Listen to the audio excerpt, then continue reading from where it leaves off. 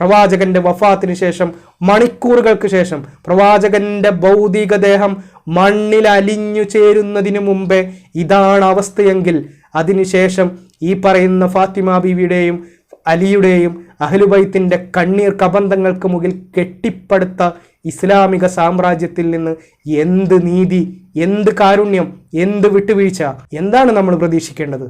ഇത് ഷിയാക്കൾ ഉണ്ടാക്കിയതാണ്.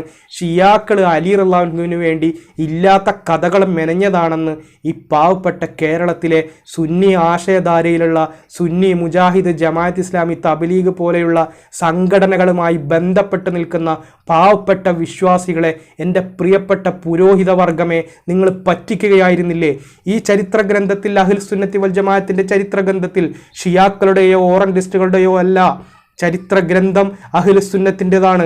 ആ ചരിത്ര ഗ്രന്ഥത്തിൽ ഇതാ പച്ച മലയാളത്തിൽ എഴുതി വച്ചിരിക്കുന്നു, അലി റളിയല്ലാഹു അൻഹുവിനെ ചതിച്ചുകൊണ്ട്, ഫാത്തിമ ബീവിയെ ചതിച്ചുകൊണ്ട് അഷ്റഫുൽ ഖൽഖ് റസൂലുള്ളാഹി സ്വല്ലല്ലാഹു അലൈഹി വസല്ലമയുടെ വഫാത്തിന് ശേഷം അദ്ദേഹത്തിൻ്റെ ആ പരിശുദ്ധമായ ജനാസ ഖബറടക്കുന്നതിന് മുമ്പേ നാടകം കളിച്ച് അൻസ്വാറുകൾ ഒരു അധികാരിയെ തിരഞ്ഞെടുക്കുമോ എന്ന് ഭയപ്പെട്ട് അവിടെ പാഞ്ഞെത്തിക്കൊണ്ട് ആ അധികാരം പിടിച്ചു വാങ്ങി നാടകം കളിച്ച് അബൂബക്കറിലേക്ക് എത്തിച്ച് അലിയെയും ഫാത്തിമയെയും ഈ തരത്തിൽ കരയിപ്പിച്ച് അവരുടെ മനസ്സിനെ അത്രയേറെ ആഴത്തിൽ മുറിവേൽപ്പിച്ചുകൊണ്ടാണ് അബൂബക്കർ റളിയല്ലാഹു അൻഹു അധികാരം പിടിച്ചടക്കുന്നത്.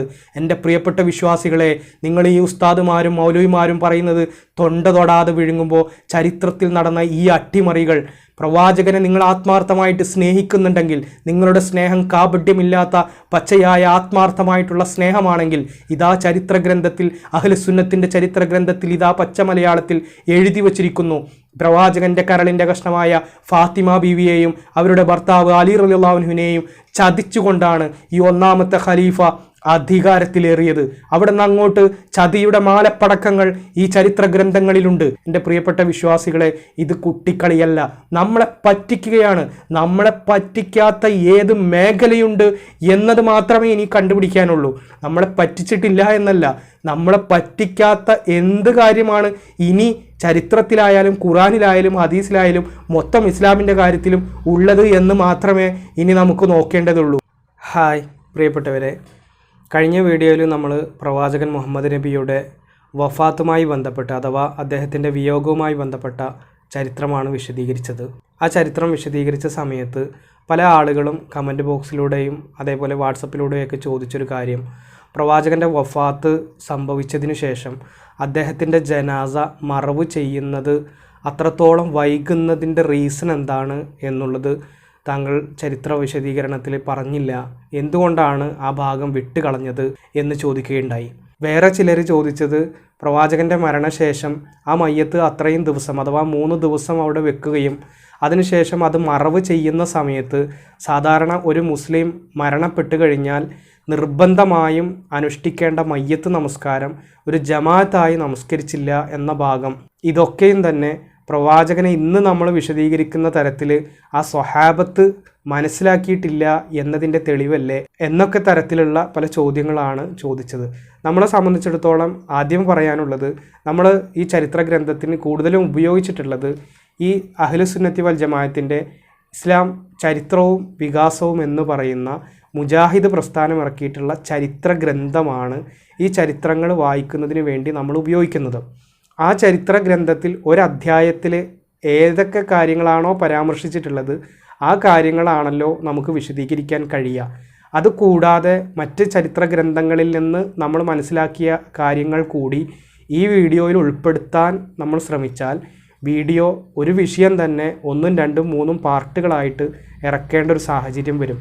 അത്ര ലോങ് വീഡിയോ ആകുന്നൊരവസ്ഥയുണ്ട്. പ്രവാചകൻ്റെ വഫാത്തുമായി ബന്ധപ്പെട്ട ആ ഭാഗം വായിച്ച ചരിത്ര ഗ്രന്ഥത്തിൽ ഈ പ്രവാചകൻ്റെ വഫാത്തിന് ശേഷം മറവ് ചെയ്യുന്ന ആ ഒരു ഡിലേയും അതുമായി ബന്ധപ്പെട്ട കാര്യങ്ങളും വഫാത്തിൻ്റെ അധ്യായത്തിലല്ല പരാമർശിച്ചിട്ടുള്ളത്. മറിച്ച് ഇന്ന് നമ്മൾ ചർച്ച ചെയ്യുന്ന അബൂബക്കർ റളിയല്ലാഹു അൻഹുവിൻ്റെ സ്ഥാനാരോഹണവുമായി ബന്ധപ്പെട്ട ആ ഒരു അധ്യായത്തിലാണ് ആ വിഷയം കടന്നു പോയിട്ടുള്ളത്. അതുകൊണ്ടാണ് പ്രവാചകൻ്റെ വഫാത്തിൻ്റെ അധ്യായത്തിൽ ആ ഒരു ഭാഗം പരാമർശിക്കാതെ പോയത്. ഇന്ന് നമ്മൾ ചർച്ച ചെയ്യുന്നത് ഖുലഫാഉർ റാഷിദീങ്ങളുടെ ഭരണകാലഘട്ടം അഥവാ പ്രവാചകൻ്റെ വഫാത്തിന് ശേഷം 4 ഖലീഫമാരാണ് ഇസ്ലാമിൻ്റെ ഖുലഫാ റാഷിദീങ്ങൾ എന്നറിയപ്പെടുന്ന ഭരണാധികാരികളായിട്ട് ഉണ്ടായിരുന്നത്. അതിൽ ഒന്നാമത്തെ ഖലീഫയാണ് അബൂബക്കർ റളിയല്ലാഹു അൻഹു, രണ്ടാമത്തേത് ഉമർ റളിയല്ലാഹു അൻഹു, മൂന്നാമത്തേത് ഉസ്മാൻ റളിയല്ലാഹു അൻഹു, നാലാമത്തേത് അലി റളിയല്ലാഹു അൻഹു. ഇങ്ങനെ 4 ഖലീഫമാരാണ് ഇസ്ലാമിലെ ഖുലഫാ റാഷിദീങ്ങൾ എന്നറിയപ്പെടുന്ന ഭരണാധികാരികളായിട്ടുള്ളത്. പ്രവാചകന്റെ മരണത്തിന് മുമ്പ് പ്രവാചകൻ പൂർത്തീകരിച്ച ഒരു ഇസ്ലാമുണ്ട്. അതൊരു രാഷ്ട്രീയ പ്രതലത്തിലുള്ളതാണെന്ന് നമ്മൾ കഴിഞ്ഞ വീഡിയോകളിലൊക്കെ സൂചിപ്പിച്ചു. ആ ഒരു രാഷ്ട്രീയം നിറഞ്ഞ ഒരു ഭരണത്തിന് കീഴിൽ ഇസ്ലാം എന്ന ആശയത്തെ, ആദർശത്തെ, ലാ ഇലാഹ ഇല്ലല്ലാഹ് മുഹമ്മദ് റസൂലുള്ളാഹ് എന്ന കലിമത്തു തൗഹീദിൻ്റെ അടിത്തറയിൽ നിന്നുകൊണ്ട് എങ്ങനെ ലോകാവസാനം വരെയുള്ള മനുഷ്യർക്ക് ഒരു മാതൃകയാകുന്ന രൂപത്തിൽ അത് പ്രാക്ടിക്കൽ ലൈഫിൽ നമുക്ക് കാണിച്ചു തന്നു എന്നതിൻ്റെ ഏറ്റവും ഉത്കൃഷ്ടമായ ഉദാഹരണം ചരിത്ര ഗ്രന്ഥങ്ങളിൽ നിന്ന് നമുക്ക് കിട്ടുക ഈ പറയപ്പെട്ട 4 ഖലീഫമാരുടെ ഭരണത്തിൽ നിന്നാണ്. ആ ഒരു ഖുലഫാ റാഷിദീങ്ങളുടെ ഭരണം എങ്ങനെയായിരുന്നു എന്ന് ചരിത്ര ഗ്രന്ഥത്തിൽ നിന്ന് നമ്മൾ പഠിക്കുമ്പോൾ ഇതാണോ പ്രവാചകൻ സല്ലല്ലാഹു അലൈഹി വസല്ലമ പൂർത്തീകരിച്ച സമാധാനത്തിൻ്റെയും ശാന്തിയുടെയും സാഹോദര്യത്തിൻ്റെയും ഐക്യത്തിൻ്റെയും ഒക്കെ ഒരു ദർശനമായ ഇസ്ലാമിൻ്റെ മാതൃകാ ഭരണം അല്ലെങ്കിൽ മാതൃകാ രാഷ്ട്രീയ നിലപാടുകൾ എന്നൊക്കെ നമ്മൾ ചിന്തിച്ചു പോകുന്ന ഘട്ടങ്ങളാണ് യഥാർത്ഥത്തിൽ ഈ ഭരണാധികാരികൾ, ഈ 4 ഖലീഫമാരുടെ കാലത്ത് പോലും നമുക്ക് ചരിത്ര ഗ്രന്ഥങ്ങളിൽ നിന്ന് സംശയത്തോടെ, വ്യാകുലതയോടെ വായിച്ചു തീർക്കാൻ കഴിയുന്ന കാര്യങ്ങൾ. ഈ 4 ഖലീഫമാർക്ക് ശേഷമുള്ള ഭരണം അഥവാ മുആവിയ മുതൽ ഇങ്ങോട്ട് തുടങ്ങുന്ന ഭരണം അത് നമ്മൾ ചർച്ച ചെയ്യാതിരിക്കുന്നതായിരിക്കും ഏറ്റവും ഉചിതമെന്നാണ് എനിക്ക് തോന്നുന്നത്. ഇവിടെ ഈ 4 ഖലീഫമാരുടെ ഭരണത്തിൽ ആദ്യത്തെ ഭരണം 2 വർഷം കാഴ്ചവെച്ചത് ഒന്നാമത്തെ ഖലീഫയായ അബൂബക്കർ റളിയല്ലാഹു അൻഹു ആണ്. ഈ അബൂബക്കർ റളിയല്ലാഹു അൻഹു എന്ന് പറയുന്നത് പ്രവാചകൻ്റെ ഏറ്റവും അടുത്ത ശിഷ്യനും ആദ്യം ഇസ്ലാം സ്വീകരിച്ച പ്രവാചകൻ്റെ ഏറ്റവും അടുത്ത സുഹൃത്തും പ്രവാചകൻ്റെ ഭാര്യയായ ആയിഷ ബീവിയുടെ പിതാവുമാണ്. ഈ അബൂബക്കർ റളിയല്ലാഹു അൻഹു 2 വർഷമാണ് ഭരണം നടത്തിയത്. അതിനുശേഷം ഉമറും പിന്നീട് ഉസ്മാനും പിന്നീട് അലിയുമാണ്. ഈ ഒരു ഓർഡറിലാണ് ആ ഭരണ കാലഘട്ടം ഉണ്ടായത്.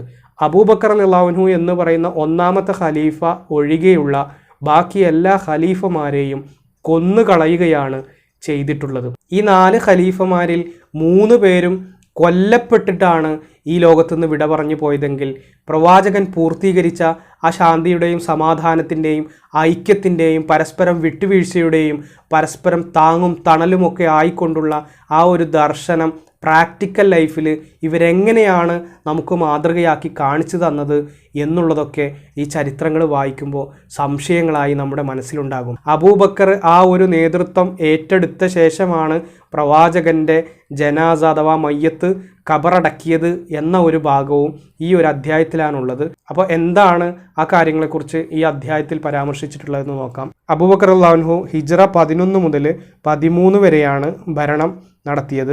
അഥവാ ക്രിസ്തു വർഷം 632 മുതൽ 634 വരെ. നബിയുടെ വിയോഗം സംഭവിച്ച ഉടനെ അദ്ദേഹത്തിൻ്റെ പിൻഗാമിയായി ഒരു നേതാവിനെ അഥവാ ഖലീഫയെ തിരഞ്ഞെടുക്കുന്നതിനെ പറ്റി മുസ്ലിങ്ങൾക്കിടയിൽ കൂടിയാലോചനയുണ്ടായി. കാരണം നബി മുസ്ലിങ്ങളുടെ മതപരമായ കാര്യങ്ങൾക്ക് നേതൃത്വം കൊടുക്കുന്ന ഇമാമും അവരെ നയിക്കുകയും നിയന്ത്രിക്കുകയും അവരിൽ വിധികൾ നടത്തുകയും ചെയ്യുന്ന ഭരണാധികാരിയുമായിരുന്നു. തനിക്ക് ശേഷം ഈ ചുമതലകൾ ആര് നിർവഹിക്കണം എന്നതിനെപ്പറ്റി നബി വ്യക്തമായ നിർദ്ദേശങ്ങൾ നൽകിയിരുന്നില്ല. മറിച്ച് ഇക്കാര്യം പരസ്പരം കൂടിയാലോചിച്ച് തീരുമാനിക്കാനായി മുസ്ലിങ്ങൾക്ക് തന്നെ വിട്ടുകൊടുക്കുകയാണ് ചെയ്തത്. അവരുടെ കാര്യം പരസ്പരം കൂടിയാലോചനയിലൂടെ എന്ന ഖുർആൻ വാക്യം ഭരണാധികാരിയെ തിരഞ്ഞെടുക്കുന്നതിന് സ്വീകരിക്കേണ്ട ക്രമത്തിനുള്ള അടിസ്ഥാന തത്വമായി മുസ്ലിങ്ങൾ മനസ്സിലാക്കി. അപ്പോൾ പ്രവാചകൻ മുഹമ്മദ് നബി സ്വല്ലല്ലാഹു അലൈഹി വസല്ലം മരണപ്പെട്ടു പോകുമ്പോൾ ഇതൊരു ഇസ്ലാമിക രാഷ്ട്രമായി തുടർന്നും ഇത് നടത്തിക്കൊണ്ടു പോകണം, ഇതൊരു മതമായി രൂപകൽപ്പന ചെയ്യണം, പരിശുദ്ധ ഖുർആൻ ഒരു ഗ്രന്ഥരൂപത്തിൽ ലോകാവസാനം വരെയുള്ള മനുഷ്യർക്ക് ഒരു ഗ്രന്ഥമായി അവരുടെ കൈകളിൽ ഏൽപ്പിക്കണം. ഇതൊന്നും തന്നെ പ്രവാചകൻ മുഹമ്മദ് നബി ഉദ്ദേശിച്ചിട്ടുമില്ല, ചിന്തിച്ചിട്ടുമില്ല. അങ്ങനെ ഒരു ഇസ്ലാമിക രാഷ്ട്രം പ്രവാചകന് ശേഷം കണ്ടിന്യൂ ചെയ്ത് കൊണ്ടുപോകാനായിട്ട് പ്രവാചകൻ തീരുമാനിച്ചിട്ടില്ല എന്നതാണ് ഈ ചരിത്രങ്ങളിൽ നിന്ന് മനസ്സിലാകുന്നത്. ഏറ്റവും പ്രധാനപ്പെട്ട ഖുർആൻ പരിശുദ്ധമായ ഒരു ഗ്രന്ഥമായി ലോകാവസാനം വരെയുള്ള മനുഷ്യർക്ക് നിലനിൽക്കാൻ വേണ്ടി അതൊരു ചട്ടക്കൂടിലാക്കിക്കൊണ്ട് പ്രവാചകൻ്റെ ജീവിത കാലഘട്ടത്തിൽ തന്നെ അത് പ്രവാചകൻ നോക്കി അതിലെ ശരിതെറ്റുകൾ തിരുത്തി കറക്റ്റ് ഒരു കോപ്പിയായി, ഒരു മാസ്റ്റർ കോപ്പിയായിട്ട് സ്വഹാബത്തിനെ ഏൽപ്പിക്കുന്ന ഒരവസ്ഥ അതുപോലും പ്രവാചകൻ ചെയ്തിട്ടില്ല. ഇവിടെ ഭരണം ഇത്രയധികം യുദ്ധങ്ങളും കൊള്ളയും കൊലയും ഒക്കെ നടത്തി ഹലാലും ഹറാമും ഇല്ലാത്ത രൂപത്തിൽ ഒരുപാട് സമ്പത്ത് ഇസ്ലാമിക രാഷ്ട്രത്തിൻ്റെ പേരിൽ കുമിഞ്ഞുകൂടി അങ്ങനെയൊക്കെ നിൽക്കുന്നൊരവസ്ഥയിൽ ഇത് കണ്ടിന്യൂ ചെയ്തു പോകാൻ ഇനി ആരാണ് തൻ്റെ പ്രതിനിധിയായിക്കൊണ്ട് ഖലീഫയായിക്കൊണ്ട് അടുത്തത് വരേണ്ടത് എന്ന കാര്യത്തിൽ പോലും ഒരു കൃത്യമായ ഒരു മറുപടി പറയാതെ അല്ലെങ്കിൽ അതൊരു നിർദ്ദേശം നൽകാതെയാണ് പ്രവാചകൻ കടന്നുപോയത്. ചരിത്രത്തിൽ മുമ്പ് നമ്മൾ സൂചിപ്പിച്ചൊരു കാര്യമുണ്ട്. പ്രവാചകൻ്റെ വഫാത്ത് സംഭവിക്കുന്നതിൻ്റെ ഏതാനും ദിവസങ്ങൾക്ക് മുമ്പ് അവസാനമായി മദീനയിലെ പള്ളിയിൽ വന്നപ്പോൾ ഇബ്നു അബ്ബാസിനോടും അലിയോടൊക്കെ പ്രവാചകൻ തനിക്ക് കുറച്ച് കാര്യങ്ങൾ ഒരു വസിയത്തായിട്ട് എഴുതേണ്ടതുണ്ട് എന്ന് പറഞ്ഞുകൊണ്ട് ഒരു പലകയും പേനയും കൊണ്ടുവരാനായിട്ട് പറഞ്ഞു. ആ സമയത്ത് ഉമർ റളിയല്ലാഹു അൻഹു അഥവാ രണ്ടാമത്തെ ഖലീഫയായിട്ടുള്ള ഉമർ റളിയല്ലാഹു അൻഹു അതിനെ തടഞ്ഞു. ഇബ്നു അബ്ബാസിനോട് ആ പേനയും കടലാസും ഒന്നും കൊടുക്കണ്ട എന്ന് ആവശ്യപ്പെട്ടു. ഒരുപക്ഷെ പ്രവാചകൻ ഈ പറയുന്ന പിൻഗാമിയുടെ കാര്യത്തിലോ അല്ലെങ്കിൽ ഇതുവരെ താൻ കെട്ടിപ്പടുത്ത ഇസ്ലാമിൻ്റെ ഭാവി കാര്യങ്ങളെക്കുറിച്ചൊക്കെയുള്ള ഒരു വസിയത്ത് എന്ന രൂപത്തിൽ എന്തെങ്കിലും പറയാനൊക്കെ ആയിരിക്കാം ആ പറഞ്ഞ പേനയും പേപ്പറും ഒക്കെ കൊണ്ടുവരാനായിട്ട് ആവശ്യപ്പെട്ടിട്ടുണ്ടാവുക. പക്ഷേ അത് ഉമർ റളിയല്ലാഹു അൻഹു തടഞ്ഞത് ഒരു ദുരുദ്ദേശത്തോടു കൂടി തന്നെയാണ് എന്നാണ് എൻ്റെ ചരിത്ര വായനയിൽ എനിക്ക് ബോധ്യപ്പെട്ടൊരു കാര്യം. യഥാർത്ഥത്തിൽ ഹക്കും ബാത്തിലൊന്നും ഇല്ലാതെ അധികാരത്തിൻ്റെ പുറത്ത് അങ്ങനെ ഒരു രാഷ്ട്രീയപരമായിട്ടുള്ള ചിന്താഗതികളാൽ കെട്ടിപ്പടുത്ത ഒരു സംഭവമായതുകൊണ്ടായിരിക്കണം ഉമർ റളിയല്ലാഹു അൻഹു ആ സമയത്ത് പേനയും പേപ്പറൊന്നും കൊടുക്കാതിരുന്നത്.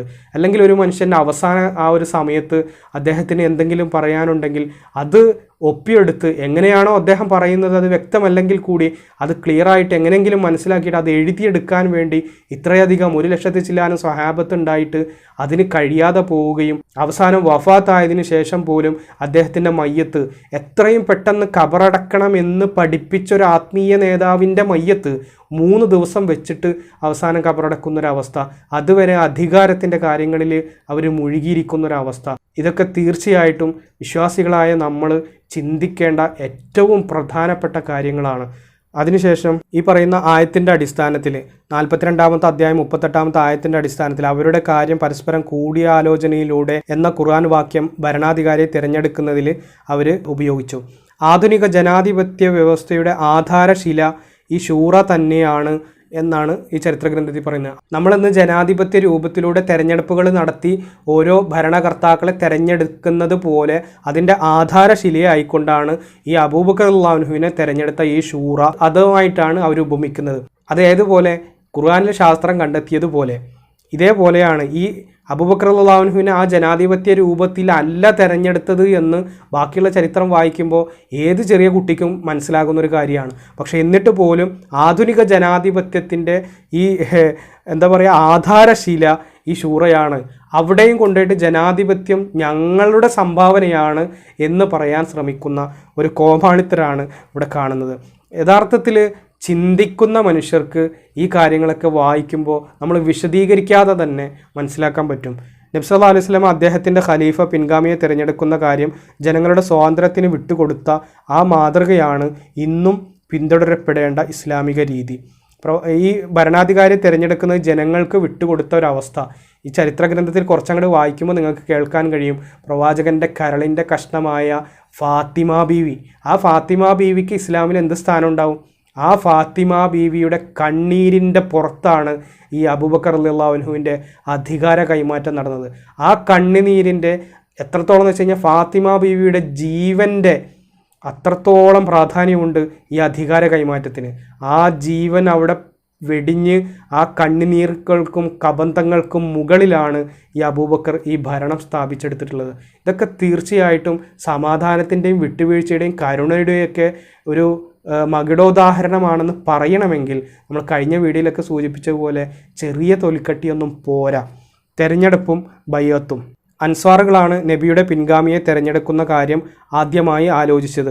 അവർ തഖീഫത്തു ബനി സായിദ അഥവാ സായിദിൻ്റെ വീട്ടിൽ സമീപത്തുണ്ടായിരുന്ന ഒരു പന്തൽ, ആ പന്തലിൽ അവർ സമ്മേളിച്ചു. നബി സല്ലല്ലാഹു അലൈഹി വസല്ലമയുടെ പിൻഗാമിയായ ഖലീഫയെ തിരഞ്ഞെടുക്കുന്ന കാര്യത്തെപ്പറ്റി കൂടിയാലോചന നടത്തി. ജന്മനാട്ടിൽ മർദ്ദനങ്ങൾക്കിരയായ നബിയെയും അനുയായികളെയും രക്ഷിക്കുകയും ശത്രുക്കളോട് പോരാടി ഇസ്ലാമിന് ഉന്നതമായ വിജയം നേടിക്കൊടുക്കുകയും ചെയ്തവരാണ് എന്ന നിലക്ക് ഖലീഫ അൻസ്വാറുകളിൽ നിന്നായിരിക്കണമെന്നായിരുന്നു അവരുടെ വീക്ഷണഗതി.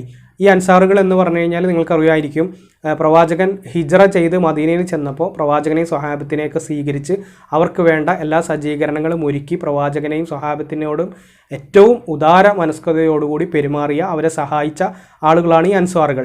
അപ്പോൾ ആ അൻസ്വാറുകളിൽ നിന്നായിരിക്കണം പ്രവാചകൻ്റെ ശേഷം ഭരണകർത്താവ് വരേണ്ടത് എന്ന് അൻസ്വാറുകൾ അവരവരുടെ അഭിപ്രായം പ്രകടിപ്പിച്ചു. പ്രവാചകൻ്റെ വഫാത്ത് നടന്ന് അത്രയേറെ പ്രവാചകനെ സ്നേഹിക്കുകയും ആ ഒരു ദുഃഖത്തിൻ്റെ ആ ഒരു അവസ്ഥയിൽ നിന്ന് അവർ മോചിതരാകാൻ എത്രയോ ടൈം എടുക്കും എന്നൊക്കെയാണ് നമ്മൾ ഈ സ്വഹാബത്തിൻ്റെ കാര്യത്തിൽ നമ്മൾ മനസ്സിലാക്കി വെച്ചിട്ടുള്ള കാര്യം. പക്ഷേ ഇവിടെ പ്രവാചകൻ്റെ വഫാത്തോടു കൂടി ആ വഫാത്ത് നടന്ന് ജനാസ ഖബറടക്കിയിട്ടില്ല, ജനാസ അവിടെ ഭൂമിയിൽ തന്നെ ഉണ്ട്. ആ സമയത്താണ് ഈ പറയുന്ന അധികാരത്തിന് വേണ്ടിയുള്ള പിടിയും വലിയൊക്കെ നടക്കുന്നത്. ഇവിടെ അൻസ്വാറുകൾ പറയുന്നു അവർക്കാണ് അധികാരത്തിന് അർഹത എന്ന രൂപത്തിൽ. അവരെ പ്രശംസിച്ചും അവരുടെ അവകാശങ്ങൾ ഉയർത്തിക്കാണിച്ചും അവരോട് സ്വീകരിക്കേണ്ട സമീപന രീതിയെ വിവരിച്ചും നബി ചെയ്ത പ്രസ്താവനകൾ ഖിലാഫത്തിനുള്ള അവരുടെ അർഹതയായി അവർ വ്യാഖ്യാനിച്ചു. അഥവാ അൻസ്വാറുകളെക്കുറിച്ച് പ്രവാചകൻ ജീവിത കാലഘട്ടത്തിൽ തന്നെ അവരെ വളരെയധികം പ്രശംസിച്ചുകൊണ്ടും അവർ നമ്മളോട് ചെയ്ത ആ ഒരു സ്നേഹത്തിന് നന്ദിയായി പല കാര്യങ്ങളും നമ്മൾ ചെയ്യണമെന്നൊക്കെ മുഹാജിറുകളോട് ഉപദേശിച്ച സംഗതികളൊക്കെ കഴിഞ്ഞ അധ്യായങ്ങളിൽ നമ്മൾ വായിച്ചിട്ടുണ്ട്. അൻസ്വാറുകളുടെ പ്രായം ചെന്ന നേതാവായ സഅദ് ബിൻ ഉബാദ അവരോട് ചെയ്ത പ്രസംഗത്തിൽ റസൂലിനെ സംരക്ഷിക്കുകയും ഇസ്ലാമിന് വേണ്ടി സമരം നടത്തുകയും ചെയ്ത നിങ്ങളാണ് മറ്റാരേക്കാളും ഖിലാഫത്തിന് അർഹർ എന്നുണർത്തി. അൻസ്വാറുകൾ ഏകപക്ഷീയമായി ചേർന്ന ഈ യോഗത്തിൽ വിവരം അറിഞ്ഞ ഉടനെ അബൂബക്കറും ഉമറും അവിടെ പാഞ്ഞെത്തി. അപ്പോൾ അൻസ്വാറുകൾ പ്രവാചകൻ്റെ ജനാസ ഖബറടക്കുന്നതിന് മുമ്പേ തന്നെ അടുത്ത അവകാശിയെ ഖലീഫയെ തിരഞ്ഞെടുക്കുന്നതിന് വേണ്ടി അവർ അങ്ങനെ ഒരു മീറ്റിംഗ് കൂടി. ഈ വിവരം അറിഞ്ഞ ഉടനെ അബൂബക്കറും ഉമറും അവിടെ പാഞ്ഞെത്തി. ഖലീഫയുടെ തിരഞ്ഞെടുപ്പ് മുസ്ലിങ്ങളുടെ ഐക്യം തകരാൻ കാരണമാകുമെന്ന് അവർ ഭയപ്പെട്ടു. മുസ്ലിങ്ങളുടെ ഐക്യം തകരുന്നതിന് ഈ ഒരു തീരുമാനം കാരണമാകുമോ എന്ന് അവർ ഭയപ്പെട്ടു. അല്ലാതെ അവർക്ക് അധികാരത്തിന് മോഹം ഉണ്ടായിട്ടൊന്നുമല്ല. കാരണം അവർ പിന്നെ ഖലീഫ ഒന്നും ആയിട്ടില്ല. അവർ കടന്നു ചെല്ലുമ്പോൾ ഖലീഫയെ തിരഞ്ഞെടുക്കുന്ന പ്രക്രിയക്ക് അവസാന രൂപം നൽകിയിരുന്നു. ഈ നശ്വരമായ ജീവിതത്തിൽ ദുനിയാവിലെ ഈ ഒരു അധികാര കൈമാറ്റത്തിന് ഇത്രയധികം റിസ്ക് എടുത്തിട്ട് പ്രവാചകൻ്റെ പരിശുദ്ധമാക്കപ്പെട്ട ജനാസ ഖബറടക്കുന്നതിന് മുമ്പേ തന്നെ അബൂബക്കർ ഉമറും അവിടെ പാഞ്ഞെത്തുകയാണ്. ഈ അധികാരം എന്ന് പറയുന്നത്, ഈ ദുനിയാവിലെ മൊത്തം ജീവിതം എന്ന് പറയുന്നത് തന്നെ നശ്വരമായ ദുനിയാവ്, നശ്വരമായ ജീവിതം. വളരെ കുറച്ച് വഴിയാത്രക്കാരനെ പോലെ നമ്മളിവിടെ താമസിച്ച് നമ്മൾ യാത്രയാകുന്നു. ഇതാണല്ലോ ഇസ്ലാം പഠിപ്പിക്കുന്ന തിയറി. യാഥാർത്ഥ്യം അതാണ്. നമ്മൾ വഴിയാത്രക്കാരനെ പോലെയാണ് ഇവിടെ താമസിക്കുന്നത്. ആ ചിന്ത ഒന്നാമതായിട്ട് പ്രവാചകനിൽ നിന്ന് കേട്ട് പ്രാക്ടിക്കൽ ലൈഫിൽ കൊണ്ടുവന്ന സ്വഹാബ കിറാമിലെ ഒന്നാമത്തെ മനുഷ്യരായ അബൂബക്കറും ഉമറും അവിടെ പാഞ്ഞെത്തുകയാണ്. എന്ത്? ഈ നശ്വരമായ അധികാരം അൻസ്വാറുകളെങ്ങാനും തട്ടിയെടുത്ത് ഇത് എങ്ങാനും കയ്യിൽ നിന്ന് നഷ്ടപ്പെടുമോ എന്ന് വിചാരിച്ചിട്ട് അവരവിടെ പാഞ്ഞെത്തുകയാണ്. ഖലീഫയുടെ തെരഞ്ഞെടുപ്പ് മുസ്ലിങ്ങളുടെ ഐക്യം തകരാൻ കാരണമാകുമെന്ന് അവർ ഭയപ്പെട്ടു. ആ ഐക്യം തകരും എന്നുള്ളത് കൊണ്ടാണ് കേട്ടോ പാഞ്ഞെത്തിയത്. അവർ കടന്നു ചെല്ലുമ്പോൾ ഖലീഫയെ തിരഞ്ഞെടുക്കുന്ന പ്രക്രിയക്ക് അവസാന രൂപം നൽകിയിരുന്നു. അപ്പോൾ ഏകദേശം അതൊക്കെ തീരുമാനിച്ച് കഴിഞ്ഞിരുന്നു. ബാക്കിയുള്ള സ്വഹാബത്തും അൻസാറുകളെല്ലാവരും കൂടി അത് തീരുമാനിച്ച് കഴിഞ്ഞിരുന്നു. പക്ഷെ പിന്നീട് അവിടെ ഒരു നാടകം കളിക്കുകയാണ്. ആര്? ഈ പാഞ്ഞു വന്ന അബൂബക്കറും ഉമറും കൂടി. ആ നാടകത്തിലൂടെ അബൂബക്കറിനെ അധികാരമേൽപ്പിക്കുന്ന ഒരവസ്ഥയാണ്. ഉടനെ ഉമർ എഴുന്നേറ്റ് അവരോട് സംസാരിക്കാൻ ഒരുങ്ങിയെങ്കിലും അബൂബക്കർ അദ്ദേഹത്തെ മാറ്റി നിർത്തി. ഉമറിൻ്റെ സംസാരത്തിലെ തീവ്രത പ്രശ്നം രൂക്ഷമാക്കുമോ എന്ന് അദ്ദേഹം ഭയപ്പെട്ടു. അൻസ്വാറുകൾ ചെയ്ത സഹായങ്ങളെയും ത്യാഗങ്ങളെയും പ്രകീർത്തിച്ച ശേഷം അബൂബക്കർ ഇങ്ങനെ പറഞ്ഞു. ഈ അൻസ്വാറുകൾ ചെയ്ത ആ ത്യാഗങ്ങളെക്കുറിച്ചൊക്കെ ഓർമ്മപ്പെടുത്തിക്കൊണ്ട് അവരെ ജസ്റ്റ് ഒന്ന്, നമ്മുടെ ഇന്നത്തെ ഭാഷയിൽ പറയുകയാണെങ്കിൽ ജസ്റ്റ് ഒന്ന് ആദ്യം അവരൊന്ന് സുഖിപ്പിച്ച് അങ്ങനെ അതിനുശേഷം ബാക്കി ഈ ഒരു തന്ത്രം അവിടെ പ്രയോഗിച്ചുകൊണ്ട് ബാക്കി കാര്യങ്ങൾ അവതരിപ്പിക്കുകയാണ്. നിങ്ങൾ ഞങ്ങളെയും റസൂലിനെയും സഹായിച്ചവർ, ഞങ്ങളുടെ സഹോദരന്മാർ, സന്തോഷത്തിലും സന്താപത്തിലും ഞങ്ങളുടെ പങ്കാളികൾ, വിഷമാവസ്ഥയിൽ നിങ്ങളെക്കാൾ മറ്റുള്ളവർക്ക് പ്രാമുഖ്യം നൽകിയവർ, നിങ്ങളുടെ കൈക്കായി ഈ കാര്യത്തിൽ അഭിപ്രായ ഭിന്നത ഉണ്ടായിക്കൂടാ. തുടർന്ന് ഖലീഫ മുഹാജിറുകളിൽ നിന്നായിരിക്കണമെന്നും ഖുറൈശികൾക്കല്ലാതെ അറബികൾ കീഴൊതുങ്ങുകയില്ല എന്ന ന്യായവാദങ്ങൾ അബൂബക്കർ അവരെ ബോധ്യപ്പെടുത്തി. അതുകൊണ്ട് ഭരണാധികാരികൾ ഞങ്ങളിൽ നിന്നും സഹായികൾ നിങ്ങളിൽ നിന്നും എന്ന് അബൂബക്കർ പറഞ്ഞു. ഉടനെ അൻസ്വാറുകളിൽപ്പെട്ട ഒരാൾ നിങ്ങളിൽ നിന്നും ഒരു അമീറും ഞങ്ങളിൽ നിന്നും ഒരു അമീറും എന്ന നിർദ്ദേശം ഉന്നയിച്ചു. പക്ഷേ മുഹാജിറുകൾ അത് അംഗീകരിച്ചില്ല. അഥവാ അബൂബക്കറിൻ്റെ കൂടെ വന്ന ഖുറൈശികളായിട്ടുള്ള ആളുകൾ അത് അംഗീകരിച്ചില്ല. കാരണം ഭരണം ഖുറൈശികൾക്ക് തന്നെ കിട്ടണമെന്നാണ്. അഥവാ ഈ പറഞ്ഞ മതം, ഇസ്ലാം എന്ന് പറയുന്ന മതം ഈ ഖുറൈശി ഗോത്രവുമായി ബന്ധപ്പെട്ട് നിൽക്കുന്ന ഒരു ഗോത്രീയമായിട്ടുള്ള ഒരു ചിന്താധാരയാണ് എന്ന് വളരെ വ്യക്തമായി. അത് പ്രവാചകൻ്റെ മരണത്തിന് ശേഷവും അത് അങ്ങനെ തന്നെ കണ്ടിന്യൂ ചെയ്യണം എന്ന ഒരു വാശിയുള്ളത് കൊണ്ടാണ് ഈ പറഞ്ഞ രൂപത്തിൽ. അത് പിന്നീട് അത് അങ്ങനെ തന്നെ നടക്കുകയും ചെയ്തു. ഒരു ഖുറൈശി മതമായിക്കൊണ്ട് അങ്ങനെ ആ ഒരു ഗോത്രീയ രൂപത്തിൽ തന്നെ അത് പിന്നീട് കണ്ടിന്യൂ ചെയ്തു പോകുന്നൊരവസ്ഥയാണ്. അങ്ങനെ മുഹാജിറുകൾ അത് അംഗീകരിച്ചില്ല. ഉമർ പറഞ്ഞു, ഒരു ഉറയിൽ 2 വാള് ചേരില്ല എന്ന്.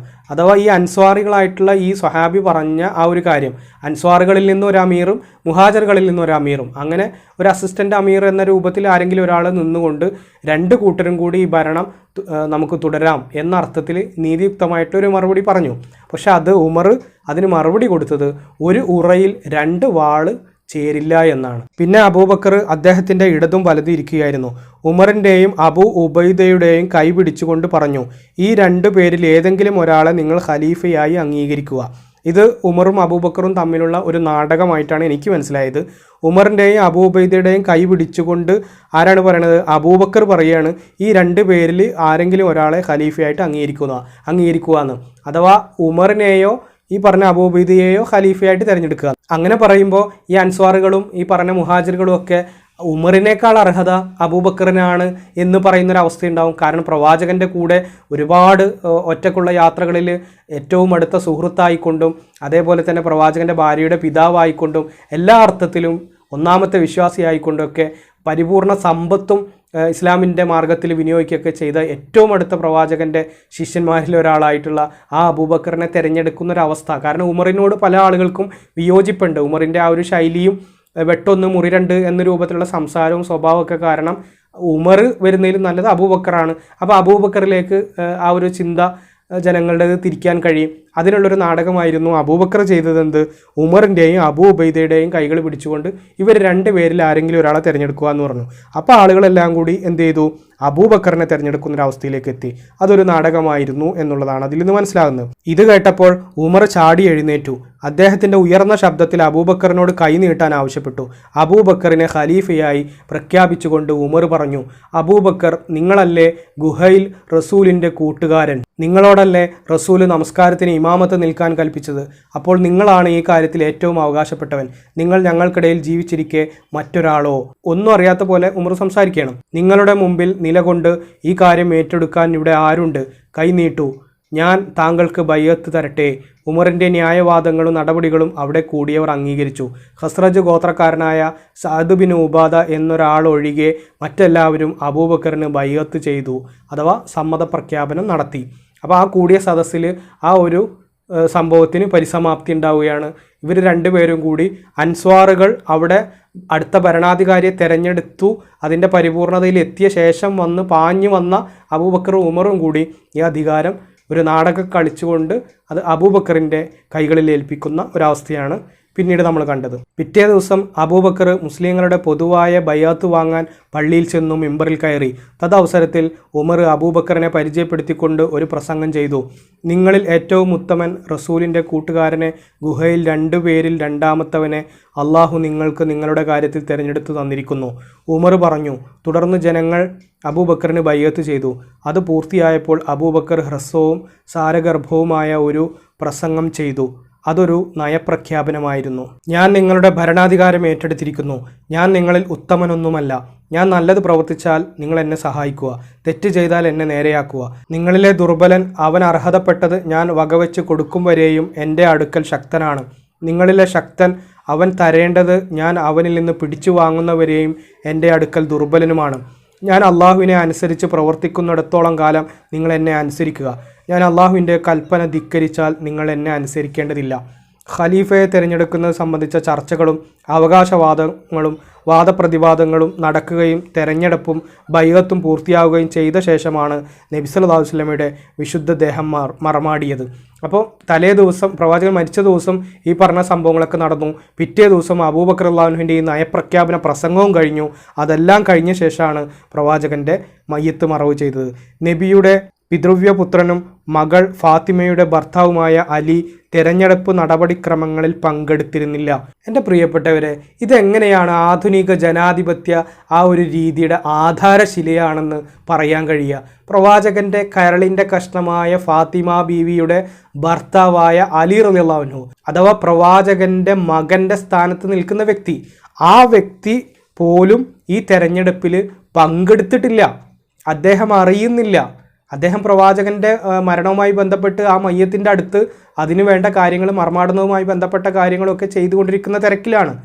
ആ ഒരവസ്ഥയിൽ അലി റളിയല്ലാഹു അൻഹു മരുമകനായ അലിയോട് പോലും കൂടി ആലോചിക്കാതെ ഇവിടെ അബൂബക്കറിനെ തിരഞ്ഞെടുക്കുകയാണ്. എന്നിട്ട് ആ ഒരു തെരഞ്ഞെടുപ്പ്, അൻസ്വാറുകളുമായി ബന്ധപ്പെട്ട സംഭവങ്ങളൊക്കെ നമ്മൾ പറഞ്ഞു, ആ ഒരു തെരഞ്ഞെടുത്ത ആ ഒരു രീതി ആധുനിക ജനാധിപത്യ ആ ഒരു രീതിയുടെ ആധാരശിലയായിട്ട് നമ്മൾ മനസ്സിലാക്കണമെന്ന്. ഇതുകൊണ്ടാണ് നമ്മൾ പറയുന്നത് എല്ലാം ഒരു പ്രത്യേക തരത്തിലുള്ളതാണ്. പ്രത്യേക തരത്തിലുള്ള കാരുണ്യം, പ്രത്യേക തരത്തിലുള്ള വിട്ടുവീഴ്ച, പ്രത്യേക തരത്തിലുള്ള തെരഞ്ഞെടുപ്പ്, ജനാധിപത്യത്തിൻ്റെ ആധാരശില അത് പ്രത്യേക തരത്തിലുള്ളതാണ്. എല്ലാ കാര്യങ്ങളിലും ഈ ഒരു പ്രത്യേകത നമുക്ക് കാണാൻ കഴിയും. അങ്ങനെ അലി റളിയല്ലാഹു അൻഹു അതിൽ പങ്കെടുത്തില്ല. അദ്ദേഹം ജനാസ സംസ്കരണ ചടങ്ങുകളിൽ ഏർപ്പെട്ടിരിക്കുകയായിരുന്നു. നബി സല്ലല്ലാഹു അലൈഹി വസല്ലമയുടെ മരുമകൻ എന്ന നിലക്ക് അലി ഖലീഫയായി തിരഞ്ഞെടുക്കപ്പെടണമെന്ന തോന്നൽ ഫാത്തിമ ബീവിക്കുണ്ടായിരുന്നു. അഥവാ പ്രവാചകന്റെ കരളിൻ്റെ കഷ്ടമായ മകളായ ഫാത്തിമ ബീവിക്ക് അങ്ങനെ ഒരു ആഗ്രഹം ഉണ്ടായിരുന്നു. അവരങ്ങനെ ആഗ്രഹിച്ചിരുന്നു എന്ന് ചരിത്രങ്ങളിൽ നിന്ന് നമുക്ക് മനസ്സിലാക്കാൻ സാധിക്കും. ഞങ്ങളുടെ മുമ്പിൽ റസൂലിൻ്റെ ജനാസ വിട്ട് ഞങ്ങളെ പങ്കെടുപ്പിക്കാതെ നിങ്ങൾ കാര്യങ്ങൾ തീരുമാനിച്ചു എന്നാണ് ഫാത്തിമ ബീവി പറഞ്ഞത്. ഫാത്തിമ ബീവിയെ സാന്ത്വനപ്പെടുത്താൻ അബൂബക്കറും ഉമറും പലവട്ടം ശ്രമിച്ചെങ്കിലും അവർക്കത് കഴിഞ്ഞില്ല. ഫാത്തിമ ബീവി കരയുകയായിരുന്നു. അലി മുഹാജിറുകളെ അഭിസംബോധന ചെയ്തുകൊണ്ട് ഇപ്രകാരം പറഞ്ഞു: അറബികളിൽ മുഹമ്മദിൻ്റെ അധികാരം അദ്ദേഹത്തിൻ്റെ വീട്ടിൽ നിന്നും നിങ്ങളുടെ വീടുകളിലേക്ക് കൊണ്ടുപോവുകയും അദ്ദേഹത്തിൻ്റെ കുടുംബത്തെ അതിൽ നിന്ന് തട്ടിമാറ്റുകയും ചെയ്യുകയോ? എൻ്റെ പ്രിയപ്പെട്ടവരെ, നമ്മൾ വായിക്കുന്ന ഗ്രന്ഥം അഹ്ലുസുന്നത്തി വൽ ജമാഅത്തിൻ്റെ മുജാഹിദ് പ്രസ്ഥാനം ഇറക്കിയിട്ടുള്ള ഇസ്ലാം ചരിത്രവും വികാസവും എന്ന് പറഞ്ഞ ഗ്രന്ഥത്തിൽ നിന്നാണ്. ഷിയാക്കളുടെ ഗ്രന്ഥമല്ല. ഈ അലി റളിയല്ലാഹു അൻഹുവിനെ അധികാരത്തിൽ എത്താതിരിക്കാൻ അബൂബക്കറും ഉമറും കൂടി കളിച്ച നാടകങ്ങളും, അതിനുശേഷം പ്രവാചകന്റെ കരളിൻ്റെ കഷ്ണമായ ഫാത്തിമ ബീവി, അതേപോലെ തന്നെ അവരുടെ ഭർത്താവ് അലി റളിയല്ലാഹു അൻഹുവും വന്നിട്ട് ഈ ഒരു കാര്യത്തെക്കുറിച്ച് സംസാരിച്ച ഡയലോഗുകൾ പച്ച മലയാളത്തിൽ എഴുതിയതാണ് നമ്മൾ വായിക്കുന്നത്. എന്താ പറയുന്നത്? അലി റളിയല്ലാഹു അൻഹു പറയാണ്, അറബികളിൽ മുഹമ്മദിൻ്റെ അധികാരം അദ്ദേഹത്തിൻ്റെ വീട്ടിൽ നിന്നും നിങ്ങളുടെ വീടുകളിലേക്ക് കൊണ്ടുപോവുകയും അദ്ദേഹത്തിൻ്റെ കുടുംബത്തെ അതിൽ നിന്ന് തട്ടിമാറ്റുകയും ചെയ്യുകയോ? ഞങ്ങൾ അഹ്ലുബൈത്താണ്, ഇതിന് നിങ്ങളെക്കാൾ കൂടുതൽ അവകാശപ്പെട്ടവർ, അഥവാ പ്രവാചകന്റെ കുടുംബമാണ് അതിന് ഏറ്റവും അർഹതപ്പെട്ടത് എന്ന് പ്രവാചകനോടൊപ്പം നിഴലായി 24 മണിക്കൂറും ജീവിച്ച, പ്രവാചകന്റെ നിഴലായി എന്ത് കാര്യത്തിനും പ്രവാചകനോടൊപ്പം നിന്ന, ശ്വാസോച്ഛ്വാസം പോലും അറിയുന്ന, അത്രയധികം ബന്ധമുള്ള പ്രവാചകന്റെ കരളിൻ്റെ കഷ്ണമായ ഫാത്തിമ ബീവിയെ വിവാഹം കഴിപ്പിക്കാൻ പ്രവാചകൻ തെരഞ്ഞെടുത്ത അത്രയും പ്രിയപ്പെട്ടവനായ അലി റളിയല്ലാഹു അൻഹുവിൻ്റെ വാചകങ്ങളാണ്. ഇത് ഷിയാക്കൾ ഉണ്ടാക്കിയതാണ്. ഷിയാക്കൾ അലി റളിയല്ലാഹു അൻഹുവിന് വേണ്ടി ഇല്ലാത്ത കഥകൾ മെനഞ്ഞതാണെന്ന് ഈ പാവപ്പെട്ട കേരളത്തിലെ സുന്നി ആശയധാരയിലുള്ള സുന്നി മുജാഹിദ്, ജമാഅത്ത് ഇസ്ലാമി, തബ്ലീഗ് പോലെയുള്ള സംഘടനകളുമായി ബന്ധപ്പെട്ട് നിൽക്കുന്ന പാവപ്പെട്ട വിശ്വാസികളെ, എൻ്റെ പ്രിയപ്പെട്ട പുരോഹിത വർഗമേ, നിങ്ങൾ പറ്റിക്കുകയായിരുന്നില്ലേ? ഈ ചരിത്ര ഗ്രന്ഥത്തിൽ, അഹ്ലുസ് സുന്നത്തി വൽ ജമാഅത്തിൻ്റെ ചരിത്ര ഗ്രന്ഥത്തിൽ ഷിയാക്കളുടെയോ ഓറന്റിസ്റ്റുകളുടെയോ അല്ല, ചരിത്ര ഗ്രന്ഥം അഹ്ലുസ് സുന്നത്തിൻ്റെതാണ്. ആ ചരിത്ര ഗ്രന്ഥത്തിൽ ഇതാ പച്ച മലയാളത്തിൽ എഴുതി വച്ചിരിക്കുന്നു: അലി റളിയല്ലാഹു അൻഹുവിനെ ചതിച്ചുകൊണ്ട്, ഫാത്തിമ ബീവിയെ ചതിച്ചുകൊണ്ട്, ഫാത്തിമ ബീവിയെയും അലിയെയും പൊട്ടന്മാരാക്കിക്കൊണ്ട്, വിഡ്ഢികളാക്കിക്കൊണ്ട്, അഷ്റഫുൽ ഖൽക്ക് റസൂലുള്ളാഹി സ്വല്ലല്ലാഹു അലൈഹി വസല്ലമയുടെ വഫാത്തിന് ശേഷം അദ്ദേഹത്തിൻ്റെ ആ പരിശുദ്ധമായ ജനാസ ഖബറടക്കുന്നതിന് മുമ്പേ നാടകം കളിച്ച് അൻസ്വാറുകൾ ഒരു അധികാരിയെ തിരഞ്ഞെടുക്കുമോ എന്ന് ഭയപ്പെട്ട് അവിടെ പാഞ്ഞെത്തിക്കൊണ്ട് ആ അധികാരം പിടിച്ചു വാങ്ങി നാടകം കളിച്ച് അബൂബക്കറിലേക്ക് എത്തിച്ച് അലിയെയും ഫാത്തിമയെയും ഈ തരത്തിൽ കരയിപ്പിച്ച് അവരുടെ മനസ്സിനെ അത്രയേറെ ആഴത്തിൽ മുറിവേൽപ്പിച്ചുകൊണ്ടാണ് അബൂബക്കർ റളിയല്ലാഹു അൻഹു അധികാരം പിടിച്ചടക്കുന്നത്. എൻ്റെ പ്രിയപ്പെട്ട വിശ്വാസികളെ, നിങ്ങൾ ഈ ഉസ്താദുമാരും മൗലവിമാരും പറയുന്നത് തൊണ്ട തൊടാതെ വിഴുങ്ങുമ്പോൾ ചരിത്രത്തിൽ നടന്ന ഈ അട്ടിമറികൾ, പ്രവാചകനെ നിങ്ങൾ ആത്മാർത്ഥമായിട്ട് സ്നേഹിക്കുന്നുണ്ടെങ്കിൽ, നിങ്ങളുടെ സ്നേഹം കാപഢ്യമില്ലാത്ത പച്ചയായ ആത്മാർത്ഥമായിട്ടുള്ള സ്നേഹമാണെങ്കിൽ, ഇതാ ചരിത്ര ഗ്രന്ഥത്തിൽ, അഹ്ലുസുന്നത്തിൻ്റെ ചരിത്ര ഗ്രന്ഥത്തിൽ ഇതാ പച്ച മലയാളത്തിൽ എഴുതി വച്ചിരിക്കുന്നു. പ്രവാചകൻ്റെ കരളിൻ്റെ കഷ്ണമായ ഫാത്തിമ ബീവിയെയും അവരുടെ ഭർത്താവ് അലി റളിയല്ലാഹു അൻഹുവിനെയും ചതിച്ചുകൊണ്ടാണ് ഈ ഒന്നാമത്തെ ഖലീഫ അധികാരത്തിലേറിയത്. അവിടെ നിന്ന് അങ്ങോട്ട് ചതിയുടെ മാലപ്പടക്കങ്ങൾ ഈ ചരിത്ര ഗ്രന്ഥങ്ങളിലുണ്ട്.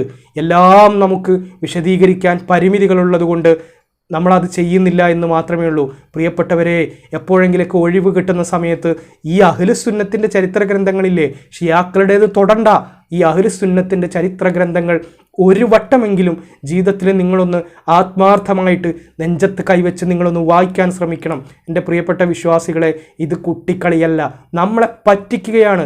നമ്മളെ പറ്റിക്കാത്ത ഏത് മേഖലയുണ്ട് എന്നത് മാത്രമേ ഇനി കണ്ടുപിടിക്കാനുള്ളൂ.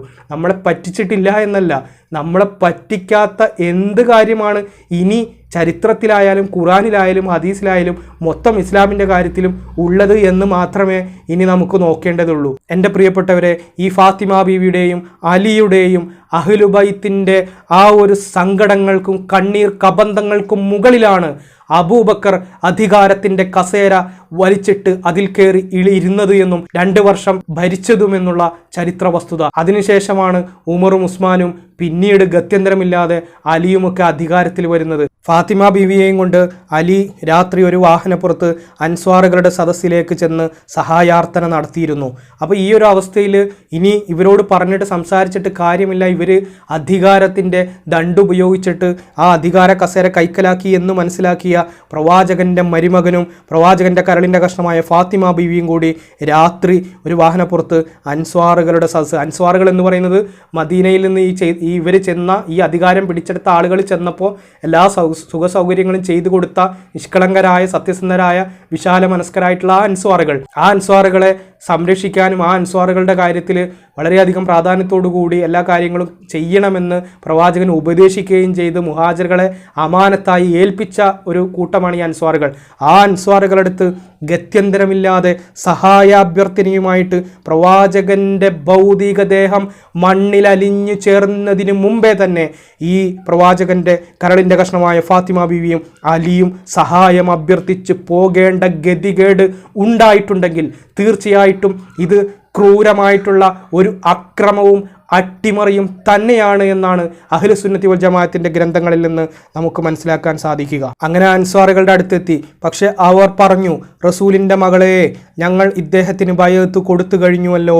അബൂബക്കറിന് മുമ്പായി നിങ്ങളുടെ ഭർത്താവ് ഞങ്ങളെ സമീപിച്ചിരുന്നെങ്കിൽ ഞങ്ങൾ അദ്ദേഹത്തെയാകുമായിരുന്നു തെരഞ്ഞെടുക്കുക.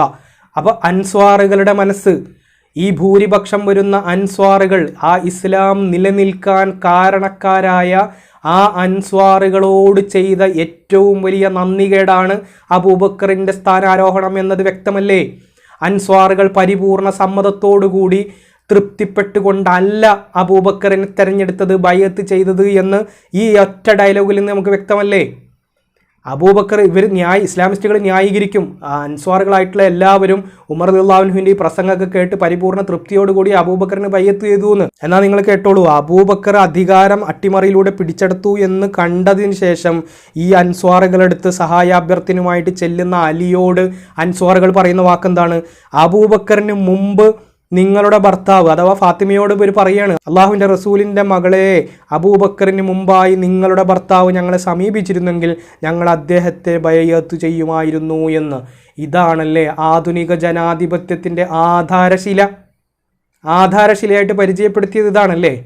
എൻ്റെ പ്രിയപ്പെട്ട വിശ്വാസികളെ, എൻ്റെ പ്രിയപ്പെട്ട മനുഷ്യരെ, ഈ തെരഞ്ഞെടുപ്പും ഇന്ന് നടക്കുന്ന ജനാധിപത്യ രൂപത്തിലുള്ള തെരഞ്ഞെടുപ്പും തമ്മിൽ എന്തെങ്കിലും ഒരു ബന്ധമുണ്ടോ?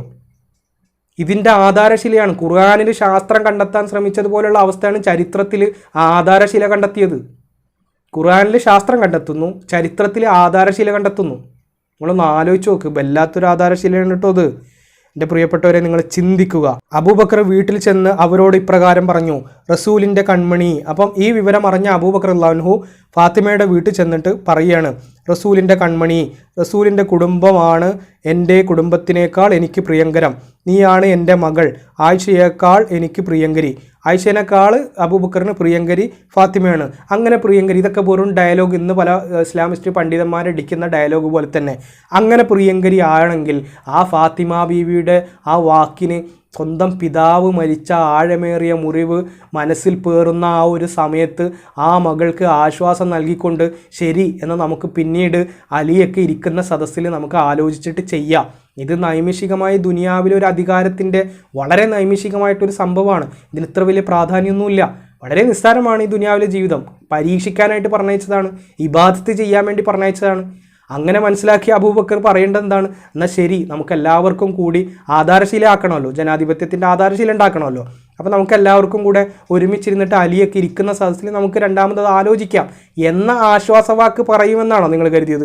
അവിടെ പറയുന്നത് ആയിഷയേക്കാൾ എനിക്ക് പ്രിയം നീയാണ് എന്ന് പറഞ്ഞുകൊണ്ട് സോപ്പിടുകയാണ്. മറ്റേ അൻസ്വാറുകളെ സോപ്പിട്ടതുപോലെ, നിന്റെ പിതാവ് മരണപ്പെട്ട ദിവസം ഞാനും മരിച്ചിരുന്നെങ്കിൽ എന്ന് ഞാൻ ആഗ്രഹിച്ചു എന്ന്, പിന്നെ ഇവിടെ അവശേഷിച്ചിട്ടില്ലായിരുന്നെങ്കിൽ എന്ന് ഞാൻ കൊതിച്ചുപോയി. അഥവാ നബി മരിച്ച ആ ദിവസം ഞാനും മരിച്ചു പോയിരുന്നെങ്കിൽ എന്ന് അബൂബക്കർ ആഗ്രഹിച്ചു പോലും. അങ്ങനെ പറയുകയാണ് ആരോട്? ഫാത്തിമ ബീവിനോട്. നിന്റെ അവകാശങ്ങളും യോഗ്യതകളും എനിക്ക് നന്നായി അറിയാം. ഫാത്തിമ ബീവിനോട് പറയണേ, നിന്റെ അവകാശങ്ങളും യോഗ്യതയുമൊക്കെ എനിക്ക് നന്നായി അറിയാം. എന്നാൽ റസൂൽ പറഞ്ഞിട്ടുണ്ട്, ഞങ്ങൾക്ക് അനന്തരാവകാശമില്ല, ഞങ്ങൾ വിട്ടേച്ച് പോകുന്നതെല്ലാം സ്വതക്കയാണ്. എന്നാൽ ബീവി അബൂബക്കറിനെ കരയിപ്പിക്കുന്ന വിധം അവരുടെ ഉള്ളിലെ കടുത്ത വേദന പ്രകടിപ്പിച്ചുകൊണ്ട് സംസാരിക്കുകയാണ് ചെയ്തത്. അപ്പോൾ അബൂബക്കർ പറയുകയാണ്, നബി പറഞ്ഞിട്ടുണ്ട് പോലും അവർക്ക് നബിക്ക് അനന്തരാവകാശം ഇല്ല എന്ന്. അപ്പോൾ നബിയുടെ പേരിലുള്ള സ്വത്തുക്കളും കാര്യങ്ങളൊക്കെ ഈ പറയുന്ന ബൈത്തുൽ മാലിലേക്ക് കൊടുത്തിട്ട് അത് ഇതാക്കണം. ഇവിടെ ഫാത്തിമ ബീവി നരകിച്ച് ജീവിക്കുകയാണെങ്കിൽ നിന്നും അതിൽ നിന്ന് ഒരു 5 കാശ് ചില്ലിക്കാശ് തരില്ല എന്ന് അബൂബക്കർ ആ സമയത്ത് പ്രഖ്യാപിക്കുകയാണ്. എത്ര കാരുണ്യത്തിൻ്റെ ഒരു തീരുമാനമാണ് നിങ്ങളൊന്ന് ആലോചിച്ച് നോക്കിയത്. എന്നാൽ ബീവി അബൂബക്കറിനെ കരയിപ്പിക്കുന്ന വിധം അവരുടെ ഉള്ളിലെ കടുത്ത വേദന പ്രകടിപ്പിച്ചുകൊണ്ട് സംസാരിക്കുകയാണ് ചെയ്തത്. പക്ഷേ നബിയുടെ വിയോഗത്തിന് ശേഷം 75 ദിവസം കഴിഞ്ഞ് ഫാത്തിമ ബീവിയും മരിച്ചു. അതിനുശേഷമാണ് അലി അബൂബക്കറിന് ബൈഅത്ത് ചെയ്തത്. ഇത് ചരിത്ര ഗ്രന്ഥങ്ങളിൽ ഈ ഒരു പീരീഡ് ഫാത്തിമ ബീവി പിന്നീട് ജീവിച്ച കാലഘട്ടത്തെക്കുറിച്ച് അഭിപ്രായ വ്യത്യാസമുണ്ട്. 6 മാസം 3 മാസം അങ്ങനെ പല കാലഘട്ടം പറഞ്ഞ റിപ്പോർട്ടുകളുണ്ട്. ഈ ചരിത്ര ഗ്രന്ഥത്തിൽ 75 ദിവസമാണ് പറഞ്ഞിട്ടുള്ളത്. 75 ദിവസത്തിന് ശേഷം ഫാത്തിമ ബീവി മരണപ്പെട്ടു. ഫാത്തിമ ബീവി മരണപ്പെട്ടതും മറ്റു ചരിത്ര ഗ്രന്ഥങ്ങളിൽ അതിക്രൂരമായ രൂപത്തിൽ ഈ പറഞ്ഞ ആളുകളുടെ പീഡനങ്ങൾ ഏറ്റിട്ടാണ് എന്നൊക്കെയുണ്ട്. ഈ ഭാഗത്ത് അത് വിശദീകരിക്കാത്തതുകൊണ്ട് നമ്മൾ അതിലേക്ക് കടക്കുന്നില്ല. ഈ ഫാത്തിമ ബീവിയുടെ വഫാത്തിന് ശേഷമാണ് അലി അബൂബക്കറിന് ബൈഅത്ത് ചെയ്തത്. അപ്പോൾ ആ ഫാത്തിമ ബീവി ഈ ചരിത്ര ഗ്രന്ഥത്തിൽ പറഞ്ഞ പോലെ 75 ദിവസം പ്രവാചകന്റെ വഫാത്തിന് ശേഷം ജീവിച്ചു. ആ 75 ദിവസവും അലി അബൂബക്കറിനെ ഖലീഫയായി അംഗീകരിച്ചിട്ടില്ല. അലി ആരാണ്? നബിയുടെ മരുമകൻ. അഹ്ലു ബൈത്ത് അഥവാ നബിയുടെ കുടുംബം അബൂബക്കറിനെ ഖലീഫയായി അംഗീകരിച്ചിരുന്നില്ല ഫാത്തിമ ബീവിയുടെ വഫാത്ത് വരെ. ഫാത്തിമ ബീവി മരണപ്പെട്ടതിന് ശേഷമാണ് പിന്നീട് അങ്ങോട്ട് ഫാത്തിമയില്ലാത്ത ഒരു ലോകത്താണ് അലി ജീവിക്കുന്നത്. സ്വാഭാവികമായിട്ടും വിധിക്കനുസരിച്ച് അതിനെ പൊരുത്തപ്പെട്ട് പ്രാക്ടിക്കലായി ചിന്തിച്ച് പിന്നീട് മുന്നോട്ട് പോവുക എന്നതല്ലാതെ വേറൊരു വഴിയില്ലാത്തതുകൊണ്ട് അലി പിന്നീട് ബൈഅത്ത് ചെയ്തു. അതുവരെ ബൈഅത്ത് ചെയ്യാത്ത അലിയുടെ ആ ഒരു തീരുമാനത്തെ നമ്മൾ എങ്ങനെയാണ് നോക്കിക്കാണുക? എൻ്റെ പ്രിയപ്പെട്ട വിശ്വാസികൾ, നിങ്ങൾ ചിന്തിക്കൂ. അലിക്ക് തൃപ്തിയായിരുന്നില്ല, അൻസ്വാറുകൾക്ക് പരിപൂർണ തൃപ്തി ഉണ്ടായിരുന്നില്ല. ഇതൊരു അട്ടിമറിയിലൂടെ തെരഞ്ഞെടുത്തു. ഇവിടെ എന്ത് വിട്ടുവീഴ്ചയും എന്ത് കാരുണ്യവും എന്ത് സ്നേഹവും എന്ത് സഹാനുഭൂതിയും എന്ത് സഹവർത്തൃത്വം എന്ത് ഐക്യം! ഇതാണോ സമാധാനത്തിൻ്റെ ഇസ്ലാം എന്ന് പറയുന്ന പ്രത്യയശാസ്ത്രം? പ്രവാചകന്റെ വഫാത്തിന് ശേഷം മണിക്കൂറുകൾക്ക് ശേഷം പ്രവാചകന്റെ ഭൗതികദേഹം മണ്ണിൽ അലിഞ്ഞു ചേരുന്നതിന് മുമ്പേ ഇതാണ് അവസ്ഥയെങ്കിൽ അതിനുശേഷം ഈ പറയുന്ന ഫാത്തിമ ബീവിയുടെയും അലിയുടെയും അഹ്ലുബൈത്തിൻ്റെ കണ്ണീർ കബന്ധങ്ങൾക്ക് മുകിൽ കെട്ടിപ്പടുത്ത ഇസ്ലാമിക സാമ്രാജ്യത്തിൽ നിന്ന് എന്ത് നീതി, എന്ത് കാരുണ്യം, എന്ത് വിട്ടുവീഴ്ച, എന്താണ് നമ്മൾ പ്രതീക്ഷിക്കേണ്ടത്? എൻ്റെ പ്രിയപ്പെട്ടവരെ, പടച്ചവൻ തന്ന വിശേഷ ബുദ്ധിയില്ലേ, അത് വെച്ച് ചിന്തിച്ചാൽ തന്നെ ഈ കാര്യങ്ങളൊക്കെ മനസ്സിലാവും. നേരത്തെ അലിയെ ഖലീഫയായി നിയോഗിച്ച് ബൈഅത്ത് ചെയ്യാൻ അദ്ദേഹത്തിൻ്റെ കുടുംബമായ ബനു ഹാഷിമിലെ ചിലർ സന്നദ്ധരായി വന്നെങ്കിലും അബൂബക്കറിൻ്റെ ബൈഅത്ത് പൂർത്തിയായ സ്ഥിതിക്ക് ഞാനില്ല എന്ന് പറഞ്ഞ് അദ്ദേഹം ഒഴിഞ്ഞുമാറി.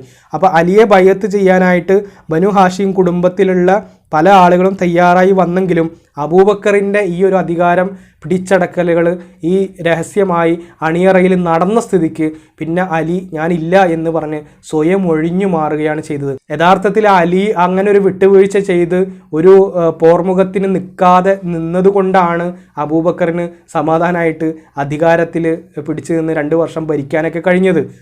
അലി റളിയല്ലാഹു അൻഹുവിൻ്റെയും ഈ അഹ്ലു ബൈത്തിൻ്റെയും ഔദാര്യമാണ് യഥാർത്ഥത്തിൽ അബൂബക്കറിന് കിട്ടിയ അധികാരം. അതിനുശേഷം എന്താ പറഞ്ഞത് നോക്കാം. എങ്കിലും റസൂലിൻ്റെ വിയോഗാനന്തരം അലി ആയിരുന്നു ഖിലാഫത്തിന് അർഹർ എന്നും മറ്റുള്ളവർ അത് അന്യായമായി തട്ടിത്തെറിപ്പിച്ചതാണെന്നും വിശ്വസിക്കുന്ന ഒരു വിഭാഗം മുസ്ലിങ്ങളിൽ ഉടലെടുക്കുകയും അവർ മറ്റു മുസ്ലിങ്ങളിൽ നിന്ന് വ്യത്യസ്തമായ ചില വിശ്വാസ പ്രമാണങ്ങൾ വെച്ചു പുലർത്തുകയും ചെയ്തു. ഇമാം അലിക്ക് അർഹമല്ലാത്തതും ഇസ്ലാമിക പ്രമാണങ്ങൾക്ക് നിരക്കാത്തതുമായ പദവിയും അവകാശങ്ങളും അവർ വാദിച്ചു.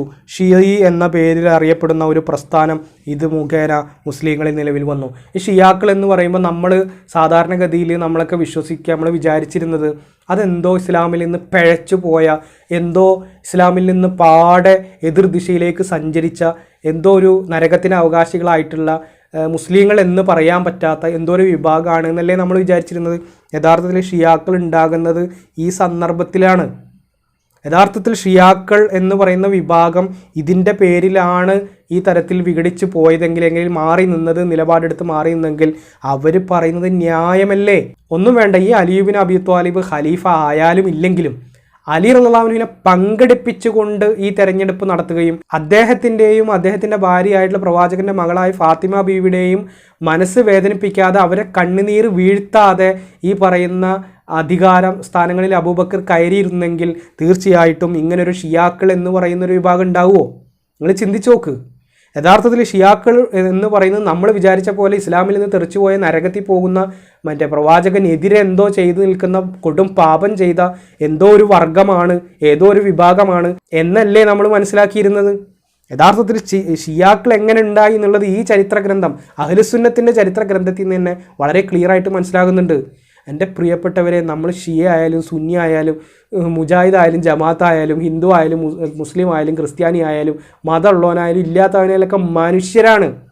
ഈ സംഗതികളെല്ലാം ഉണ്ടാക്കിയത് ആരാണ്? നമ്മൾ തന്നെ ഉണ്ടാക്കിയതാണ്. അല്ലാതെ മോളിൽ നിന്ന് 7ാം ആകാശത്തിൻ്റെ മുകളിൽ നിന്ന് PDF ആയിട്ടൊരു കിതാബ് ഇങ്ങോട്ട് കൊടുത്തയച്ചിട്ട് 1000 കൊല്ലങ്ങൾക്ക് മുമ്പ് ലൗഹുൽ മഹ്ഫൂദിൽ എഴുതി വെച്ച ഒരു PDF ഇങ്ങോട്ട് എഴുതി ഇങ്ങോട്ട് റസൂലിൻ്റെ കയ്യിൽ കൊടുത്തയച്ചിട്ട് നമ്മൾ അതനുസരിച്ച് ജീവിക്കാൻ കൽപ്പിച്ചത് കൊണ്ട് ഉണ്ടായിത്തീർന്ന സമൂഹമൊന്നുമല്ല. ഇതെല്ലാം നമ്മളുടെ സൃഷ്ടി മാത്രമാണ്, മനുഷ്യരുടെ സൃഷ്ടിയാണ്. എന്നിട്ടാണ് അവർ ഷിയാക്കളാണ്, ഷിയാക്കളുടെ ഗ്രന്ഥമാണ്. എന്താണ് ഷിയാക്കൾ, എങ്ങനെയാണ് ഈ ഷിയാക്കൾ എന്ന് പറഞ്ഞ വിഭാഗം ഉണ്ടായത് എന്നുള്ളത് അഹ്ലുസുന്നത്തിൻ്റെ ഗ്രന്ഥത്തിൽ നിന്ന് പഠിച്ചാൽ തന്നെ ഷിയാക്കളെക്കുറിച്ചുള്ള തെറ്റിദ്ധാരണകൾ ഒരുപാട് നമുക്ക് മാറ്റാൻ പറ്റും. ഇനി ഇത് പറഞ്ഞതിൻ്റെ പേരിൽ മൊയ്സ് വൈറ്റിലെ ഷിയയുടെ ഏജൻ്റാണ് ചിലരെക്കുറിച്ച് അങ്ങനെ പറയുന്നുണ്ടല്ലോ.